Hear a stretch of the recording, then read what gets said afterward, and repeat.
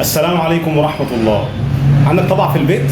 طيب ايه رأيك بقى اوصل لك الطبعة بالموبايل بحيث ان انت تطبع المستندات بتاعتك والصور والحاجة بتاعتك كلها اللي على الموبايل على الطبعة على طول دايركت، من غير لابتوب، من غير كمبيوتر، من غير حاجة. كل الموضوع وصلة كابل من الطبعة للموبايل بتاعك بالوصلة الاوتو جي، وهدي لك التطبيق وهنعمل خطوات بسيطة جدا جدا جدا هتطبع بيها من الموبايل على الطبعة اي حاجة اللي انت عايزه، عدد النسخ اللي انت عايزها دايركت على طول من غير تعريفات ومن غير التوصيل على الكمبيوتر او اللابتوب او اي حاجه على طول.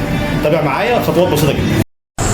خلاص وصلت الكابلات، ابدا بقى خش بقى على متجر بلاي زي ما انت شايف كده. هنيجي بقى في خانه السيرش، هنكتب ايه؟ NOKO.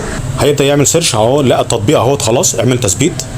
هيبدا ان هو يعمل تثبيت للتطبيق ده على الموبايل. هننتظر لحظات لغايه ما يتم التثبيت. خلاص تم التثبيت، افتح بقى التطبيق بتاعك، هيبدا يحمل معاك. هنختار من هنا الصور والرسوم، وليكن مثلا انا عايز اطبع مثلا صوره من الصور الموجوده عندي على المعرض او الاستوديو بحيث نجرب مع بعض، ولتكن مثلا الصوره اللي فيها المعده اللي هي رقم 3 دي.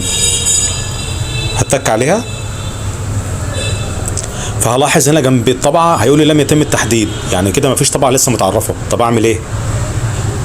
هبدا عايز اعرف الطبعه بتاعتي، هوصل بقى الكابل بتاعي اهوت، ويبدا ان هو يعمل كونكت على الانترنت ويجيب التعريف بتاعها ببساطه شديده جدا من غير ما تعمل اي حاجه.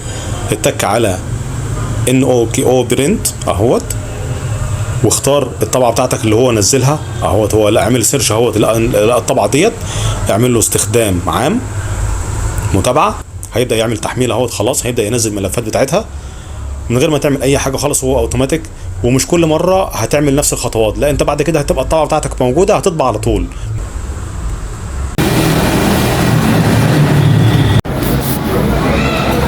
وادي الصوره اللي احنا طبعناها من شويه.